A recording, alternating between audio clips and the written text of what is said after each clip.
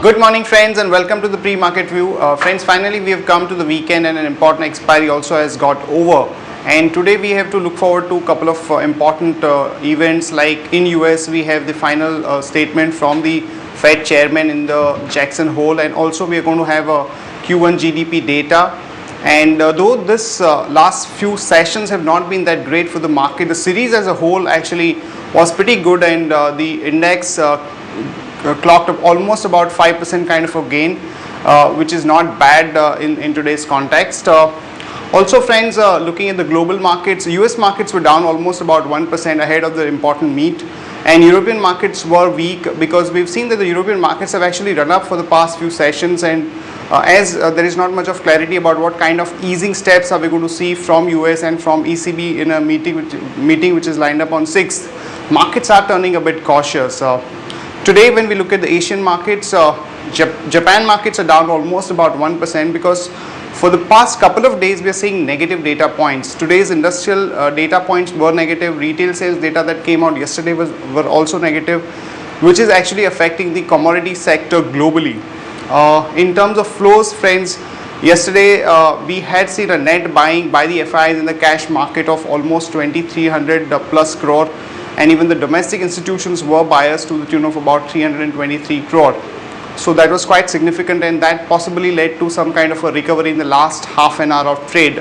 On that note, let me invite our F&O expert to talk about the outlook for the next series. Good morning, Nandish. Good morning. This month has ended with decent gains for the market as a whole, and also we are seeing a good amount of flows, though on a couple of occasions the flows have not been good, but yesterday we saw a good amount of flow into the cash market. So what's your sense of what's really happening on the flows front in the F&O market? See, overall we have seen on the F&O side also, we have seen the FI remaining the net buyers. Okay, now on the position basis, what we have seen, we have started the September series around 2.14 crore shares on the Nifty future side, which is pretty well as compared with the earlier what we have seen. Now the PCR issue, the only concern is we have started the month with the PCR of around below 1, that is around 0.92, which is a concern for me. Overall, the rollovers we have seen on the Nifty side is around 64%, which is a bit less compared with the previous 2 months rollover. So overall it's suggesting that rollovers is happening on the short side, and majority of the long positions has been left uncovered. Right. Also, if you could throw some light on the major strikes around which the open interest is built up. See, on the option side, the interesting factor what I have seen is the 5400 put option has unwinded the shares in the open interest. This normally doesn't happen on the very first day of the expiry, after the very first day or on the first day of the expiry. Now on the call side we have seen aggressive additions, and the IV almost remain constant around 16%. From past couple of months it's been hovering around 14% to 16% band implied volatility. So that remains a concern. So what I'm thinking that 5400 on a higher side will act as a steep resistance. 5400, 5500, all these are the levels will continue to act as a hurdle, and on a lower side 5200 put option stands with the highest number of shares.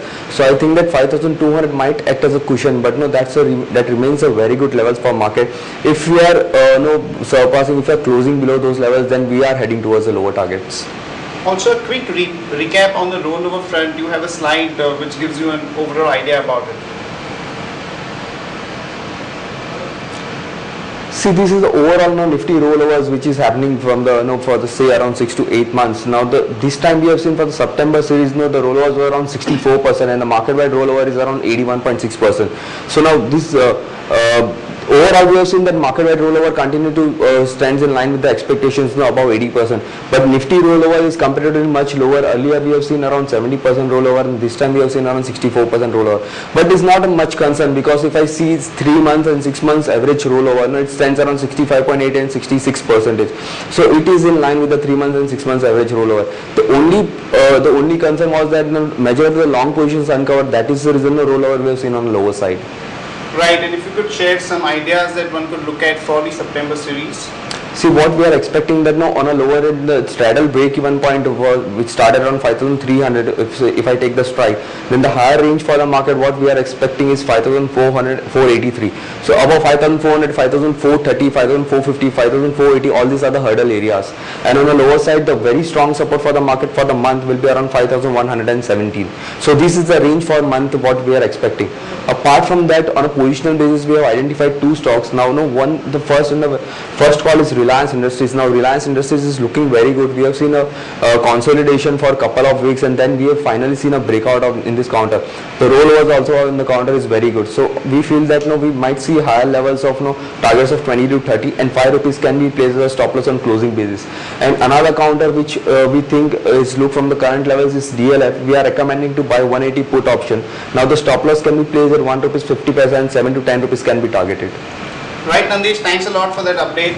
Friends, there are two important events that the market is focusing on today. Firstly, the statement is likely to be out from the Fed Chairman Ben Bernanke in the Jackson Hole, and where some section of the market was believing that you might see some indication of a QE3, but we believe that there is too much of a hype around this, and looking at the kind of data which is coming out from USA, particularly the GDP data.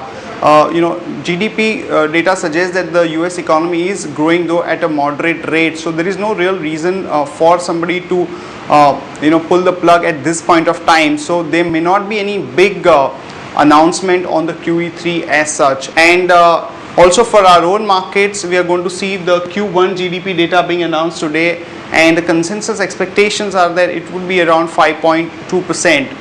Some section of the market believes that it could be even lower than 5%, but we believe that even if it's somewhere around 5 to 5.3%, the market is not going to get perturbed too much, because there are expectations that as the economy is slowing down, you might see some kind of a support from RBI in terms of rate cut or CRR cut. So I don't think that the market is going to read too much negatively into that development. Talking about the other news which have hit the market today, first of all, friends, Power Ministry is going to be meeting up today to address the issues which are hurting the growth in the power sector. So if some important announcements are made, it could be positive for companies like Tata Power, Reliance Power and NTPC. Friends, Supreme Court today is likely to take up the case of mining ban in Karnataka. And the expectations are that the category A mines could get some relief and the ban could be lifted. So that could be a big positive for a company like JSW Steel. And one can go long on JSW Steel with a stop loss of 683 and a target of about 715 to 728. ONGC, there are positive news, and the government has signed up exploration contracts for 4 blocks with consortium led by ONGC. So this is a positive news for ONGC. One can go long with a stop loss of 272 and a target of about 284 to 289. RCF is planning to spend about 4,000 crore in the next 3 years to expand the urea production, and on the back of that, one can go long on RCF with a stop loss of 48.5 and a target of about 51 to 52. Friends, Coal India board is likely to meet today to finalize the FSAs with the power companies, and if in the present form these contracts are signed, then it could be sentimentally negative for Coal India. So one could go short on Coal India with a stop loss of 366.5 and a target of about 352 to 343. That's it from all of us, friends. Have a great weekend and see you on Monday morning.